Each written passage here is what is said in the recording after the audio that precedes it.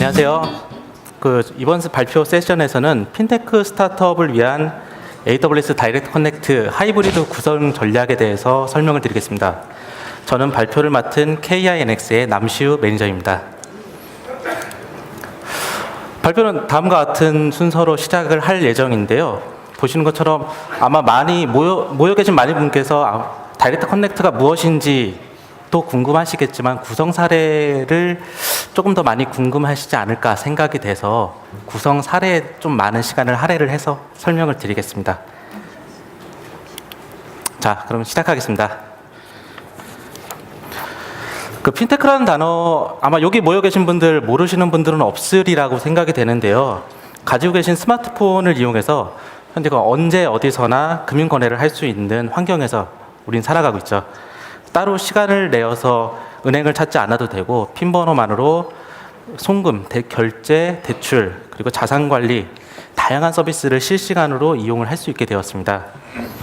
내 손 안의 금융 생활을 더욱 낮은 수수료로 금융 거래를 할 수 있게 만들었고 시간도 절약할 수 있게 만든 게 핀테크라고 생각이 됩니다. 핀테크는 2000년대 이후에 글로벌 시장에서 결제나 보안, 자금 조달, 그리고 자산 관리 등 다양한 영역에서 급격히 성장을 하면서 전 세계적으로 IT와 금융의 융합 트렌드가 발생을 하고 있습니다. 왼쪽에 보이시는 표가 모바일 페이먼트 마켓인데 2013년도 이후부터 굉장히 급속도로 성장을 하고 있는 것을 보실 수가 있습니다. 저희는 핀테크에서 조금 더 집중을 했던 부분이 스타트업인데요. 핀테크라는 시장이 기존에 갖고 있던 금융업체, 금융시장에서 좀 더 빠르게 움직일 수 있는 업체들이 유리한 시장으로 변하고 있습니다. 그에 따른 가운데 표를 보시면 핀테크 스타트업의 수가 굉장히 빠른 속도로 늘어나고 있는 걸 보실 수 있는데요. 지금 발표드릴 세션의 AWS 역시 이런 핀테크 스타트업의 인프라를 지원을 함으로써 보다 빠르고 보다 민첩하고 그리고 리스크가 없는 인프라 환경을 제공하는 데 노력을 하고 있습니다. 금융권의 클라우드는 이미 많은 부분에서 언질이 되고 있고 얘기가 나오고 있는데요. 온라인 결제 위주로 시작해서 지금은 대출이라든지 자산 관리, 펀딩, 투자, 예금 등으로 점점 진화를 하고 있습니다.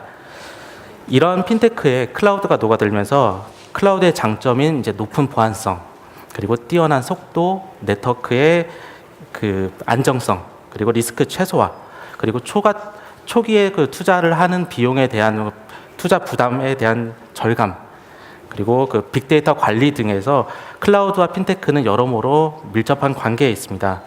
그리고 AWS 역시 핀테크 기업들로 하여금 서비스 운영에 있어서 비용을 절감하게 하고 효율적인 관리를 하는데 큰 역할을 하고 있다고 볼 수가 있습니다. 다음 장에서는 조금 더 자세히 핀테크 기업과 AWS의 관계에 대해서 몇 가지 레퍼런스를 통해서 살펴보겠습니다. 이 세 가지 업체는 2016년도에 AWS 파이낸스 세미나에서 아마존이 발표를 했던 자료인데요. 보시는 것처럼 다 스타트업 업체들입니다. 스타트업 업체들이 AWS를 사용을 하면서 가장 집중했던 세 가지를 꼽았었는데 스타트업 잘 아시리라고 생각됩니다. 현재 스타트업에 종사하시는 분들도 계실 테고 스타트업의 특징이 많은 인력들을 운영을 하지 않으면서 좀 더 효율적으로 운영을 하고자 하는데 가장 큰 목표가 있다고 생각이 됩니다. 그래서 AWS를 이용하는 데 있어서 스타트업 본질의 혁신적인 아이디어에 집중을 하고 나머지는 인프라, 플랫폼, 그리고 소프트웨어를 빌려서 사용을 함에 있어서 보다 안정적이고 부담이 없는 서비스를 구축하시는데 많이 AWS를 사용한다는 이유를 들을 수 있었습니다. 그리고 직접 온프레미스를 여러 군데의 해외에다가 운영을 하는 데 있어서 갖는 부담들, 인력적인 부담도 같이 따라가게 되는데요. 아마존 클라우드 같은 경우에는 해외 서비스의 경우에도 다양한 해외 리전도 지원을 하고 에이지도 같이 지원을 하기 때문에 수분 내에 필요한 지역에 런칭을 할 수 있다는 장점이 있습니다. 스타트업의 가장 부담이 되는 부분 중에 하나가 인력도 마찬가지지만 카펙스가 많이 부담이 되실 텐데요. 신사업 런칭에 있어서 많은 인프라 비용이 온프레미스를 구성하는데 부담이 되고 그리고 사업의 실패가 됐을 때 그 후에 후폭풍도 많이 생기게 되죠. 그래서 클라우드의 서비스의 안정성 그리고 오토 스케일링을 지원함으로써의 이제 초기 비용 절감도 클라우드를 사용하는 데 있어서 중요한 요소라고 꼽았었습니다. 그 인프라 요소에서 그 금융 서비스, 핀테크 기업이 인프라를 고려하는 데 있어서 금융 서비스의 가장 중요한 점은 보시는 것처럼 안정성과 보안을 꼽았었고요. 이 안정성과 보안의 기본은 네트워크라고 얘기를 했습니다. 네트워크 인터페이스들이 보시는 것처럼 대표적으로 한 4가지 정도 되더라고요. 순서대로 인터넷 게이트웨이나 VPN, 그리고 VPC 피어링, 그리고 다이렉트 커넥트 이렇게 4가지가 있는데요. 지금 아마 여기 계신 분들이 다 다이렉트 커넥트를 구성하는 방법, 사례들이 궁금해서 아마 저를 찾아주셨다고 생각이 되고요. 이 다이렉트 커넥트에 대해서 이제부터 집중적으로 설명을 드리겠습니다. 그 AWS 다이렉트 커넥트 FAQ 홈페이지에 나와 있는 그 텍스트입니다. AWS 다이렉트 커넥트와 프라이빗 네트워크를 연결하면 어떤 장점이 있습니까? 글을 보시면 인터넷 기반 연결보다 비용이 적게 들고 대역폭은 늘어나며 좀 더 일관된 네트워크 경험을 할 수 있다.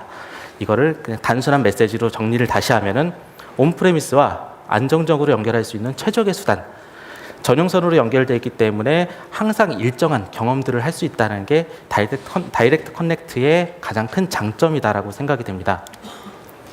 한번 실제 핀테크 스타트업의 사례를 잠깐 보면서 핀테크 스타트업이 어떻게 했고 AWS에서 클라우드를 구축을 어떤 이유에서 하였고 다이렉트 커넥트가 어떤 용도로 필요로 했었는지에 대해서 살펴보겠습니다. 스트림이라는 업체를 아시는 분들이 많으실 텐데요. 그 2015년도에 창립을 했고 블록체인 기술을 활용한 금융 솔루션 회사입니다. 그리고 보시는 것처럼 한국, 미국, 중국 여러 투자사들로부터 투자 유치를 해서 글로벌 서비스를 진행을 하고 있습니다.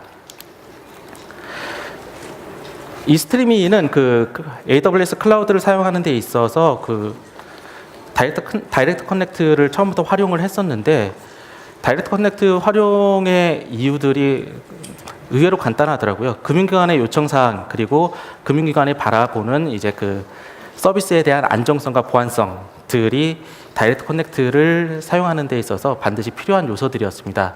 그리고 다이렉트 커넥트 이전에 그 AWS를 선택한 이유들을 얘기를 들어보니 그 온프레미스에서 운영을 했었을 때의 문제점들이 앞서서 말씀드렸던 인력 부분 그리고 시간적인 부분들이 많이 부담이 됐었다고 합니다.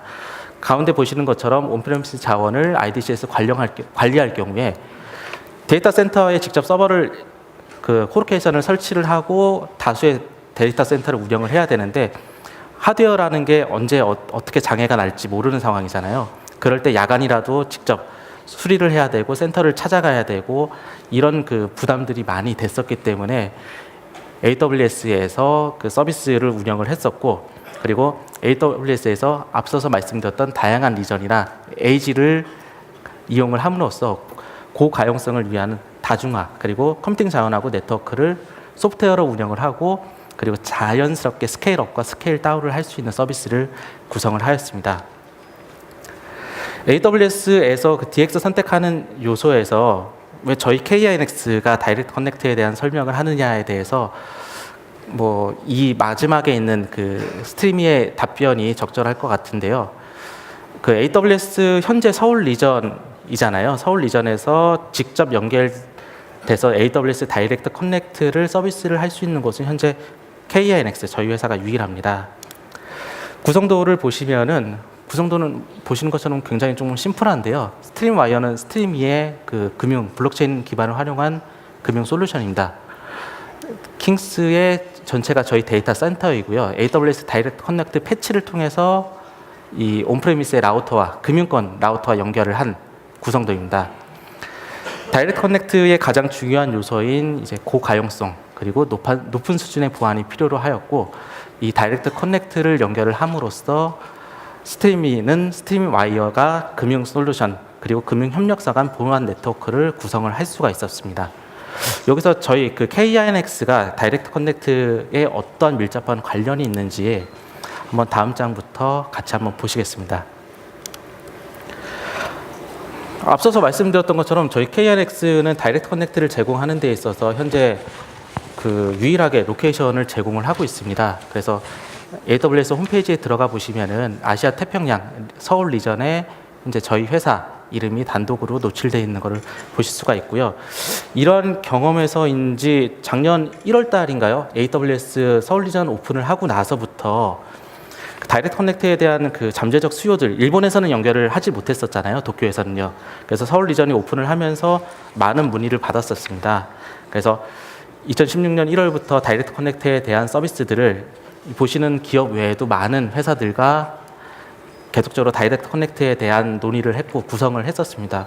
물론 저희도 작년 1월 달에 서비스 처음 런칭을 하고 서비스 개통을 했을 때 어떻게 하는지 잘 모르겠더라고요. 그래서 그 아마존의 도움도 많이 받고 파트너사들의 도움도 많이 받아서 진행을 했었는데, 그래서 좀 많은 클라이언트들 분들과 기술적인 수준도 올라갔고요. 뒤쪽에서 조금 더 구성 사례를 설명할 수 있는 자료들을 수집을 할 수 있게 되었습니다. 저희 그 데이터 센터들의 위치입니다. 저희가 아까 전에 그 AWS 다이렉트 커넥트의 로케이션을 운영하고 있는 파트너라고 말씀드렸는데, 가산에 있는 데이터 센터에서 AWS를 직접 연결을 하고 있습니다. 그리고 나머지 센터들이 보시는 파란색으로 연결이 되어 있는데요. 그 뒤쪽에 상품 설명에서 설명을 드리겠지만 각각의 센터들은 전부 WDM 전용 회선으로 센터들이 연결이 되어 있습니다. 그래서 그 가산 센터로 다이렉트 커넥트에 전용 회선이 직접 들어오실 수도 있고요. 혹시 인근의 다른 저희 센터와 인근한 지역에서 다이렉트 커넥트를 하여야 된다는 이슈가 있으시다라면은 저희에게 문의를 주시면은 센터 간의 저희가 설치해 놓은 전용 회선을 이용하는 방법에 대해서도 따로 설명을 드릴 수 있도록 하겠습니다. 그 저희가 다이렉트 커넥트 서비스를 컨설팅을 하면서 가장 많이 받는 질문 중에 하나가 비용에 대한 얘기를 많이 하세요. 그 AWS 빌링을 할 때 통합 빌링을 할 수 있는지, 킹스는 어떤 뭐 빌링 청구를 하는지에 대해서 굉장히 많이 물어보시고, 어제도 다른 클라이언트 분께서 물어보시더라고요. 그래서 마련한 페이지입니다.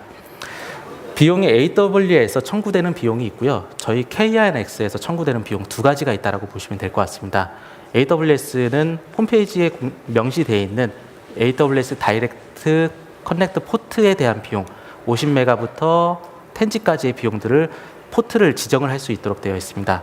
그리고 데이터 전송에 대한 비용은 서울 리전에서 해당하는 온프레미스로 나가는 아웃바운드 기가바이트당 단가가 AWS에서 직접 청구를 하는, 빌링을 하는 계정이고요.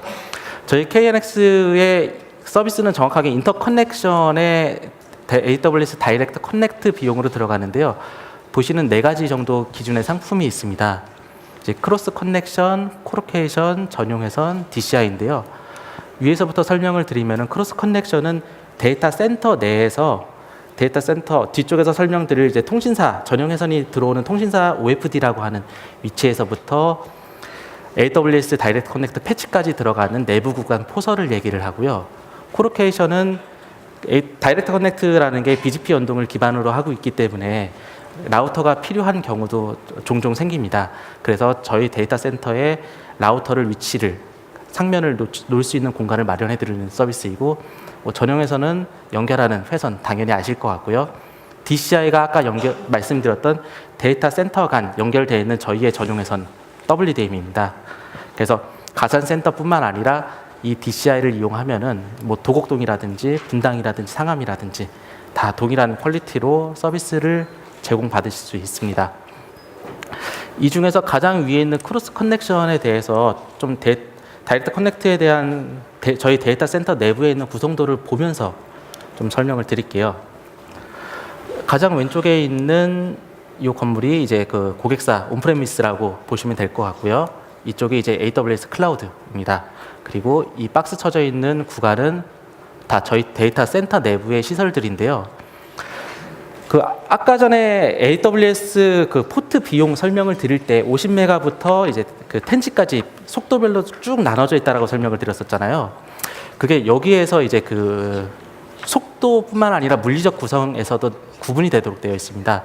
통신자 장비라고 하는 OFD에서 데이터 센터까지 연결되는 전용 회선이 그 이후에 들어가는 구간이 원지 텐지인 데디케이트 회선이냐 아니면은 서브 원지 50메가부터 500메가까지의 회선이냐에 따라서 이 보시는 녹색 경로나 파란 경로 구분이 됩니다.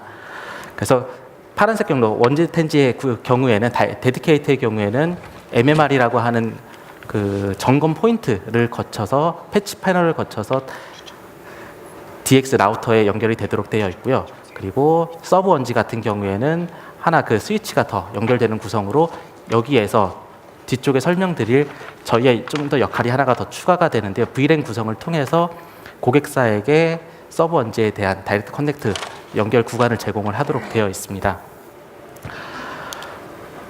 저희가 그 금융권 혹은 그 핀테크와 일을 하면서 받았던 이슈들이 다이렉트 커넥트 자체만으로도 사실 보안성이 굉장히 우수하다라고 생각을 하고 있습니다. 근데 금융권의 요구사항들 중에 하나가 종종 나오는 요구사항이 그 다이렉트 커넥트 전용선 외에도 각 양단에 VPN을 연결을 해서 반드시 통신을 해야 된다, 암호화를 해야 된다라는 얘기들을 많이 하시거든요.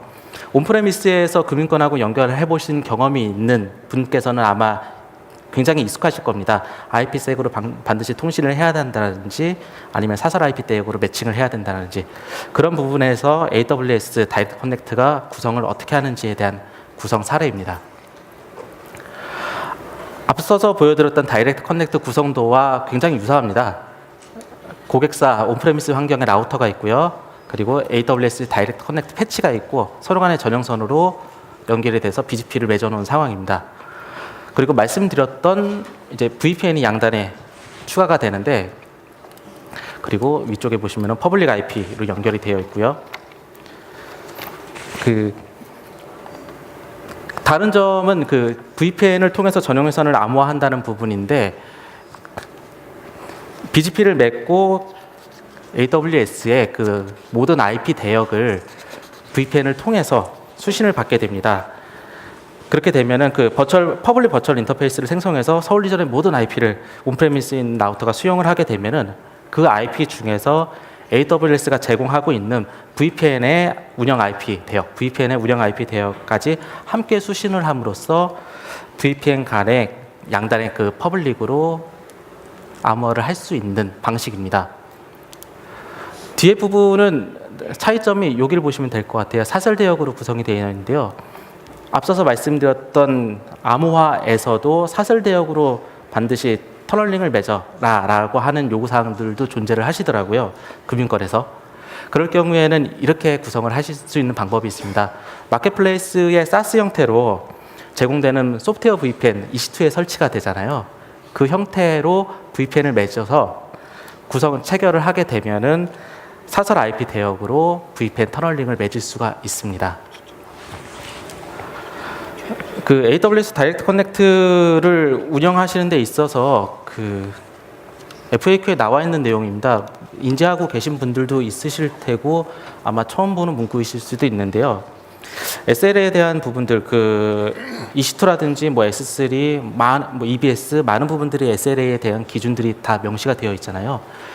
전용 회선에 대한 서비스임에도 불구하고 AWS 다이렉트 커넥트가 SLA가 지원이 되지 않습니다. 그렇기 때문에 전용 회선 혹은 라우터, 그 부가적인 시설에 대한 이중화는 항상 검토를 하셔야 됩니다. 지금 보시는 페이지가 다이렉트 커넥트를 사용하시는 유저시라면 한 번쯤 받아보셨을 메일인데요. 간단하게 여기를 보시면 될 것 같아요. 그 다이렉트 커넥트를 이용하시는 데 있어서 1년에 한 번 혹은 반기에 한 번씩은 PM이 있습니다. 그 PM 시간이 뭐 정해져 있기도 하고 그때 조금씩 시간이 바뀌기도 하는데요. 한 개의 DX 회사를 사용하신다라고 하면은 그 PM 시간에는 서비스가 이용되시지 못하는 사례가 발생할 수도 있습니다. 그렇기 때문에 다이렉트 커넥트를 이용하시는 데 있어서 이중화는 반드시 고려돼야 될 사항이고요. 그 이중화를 하는 방법들에 대해서 잠깐 구성도를 보시겠습니다. 앞에서의 구성하고 거의 대등소이하죠. 그 다이렉트 커넥트 패치와 라우터, 온프레미스 환경하고 BGP 연결을 맺은 환경에 추가로 VPN을 통해서 VPN으로 암호화를 하는 방식이 아닙니다. 참고로 VPN을 통해서 인터넷을 통해서 백업으로 가져가는 방식. 이 방식으로 구성을 하게 되면은 최소한 전용회선에 대한 안정성 아니면 기밀성은 확보를 할 수는 없지만 서비스에 대한 연속성은 PM 시간에는 보장을 받을 수는 있으리라고 생각됩니다. 뭐 가장 저희가 추천드리는 방법, 비용도 많이 들죠. 근데 저희가 봤을 때 가장 일반적이고 안정적인 방법이라고 생각됩니다. 전용회선을 두 선을 두고 온프레미스에서도 라우터를 서로 간에 IBGP로 연결을 해서 구성을 한 환경인데요.